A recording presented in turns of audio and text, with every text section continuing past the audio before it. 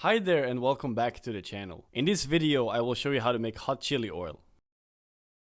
This recipe uses 4 dried spices that will infuse the oil. 5 garlic cloves roughly chopped. Add 1 cup of a neutral tasting cooking oil. In this recipe I am using peanut oil. Make sure it has a high smoke point. Heat the oil on medium heat. Add the Szechuan peppercorn. Let the peppercorn infuse the oil and monitor the heat. Small bubbles are okay. A slightly brown or darker color signals that they are ready to be removed. Use a metal strainer to remove the peppercorns.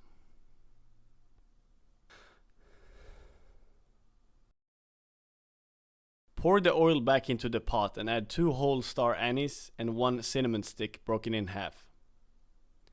While the spices are infusing the oil, prepare to add all the other ingredients. I suggest you use a stainless steel or a tempered glass bowl that can handle the rapid temperature change. In the bowl, add the garlic, a 1/4 cup of chili flakes, 1 tablespoon of crushed red pepper flakes, and mix the ingredients. Here comes the crucial moment.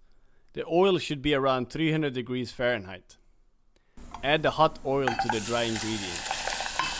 The oil is going to rapidly cook the garlic and roast the chili powder. Once the oil has cooled down, you can remove the cinnamon and star anise or keep it in the jar if you want.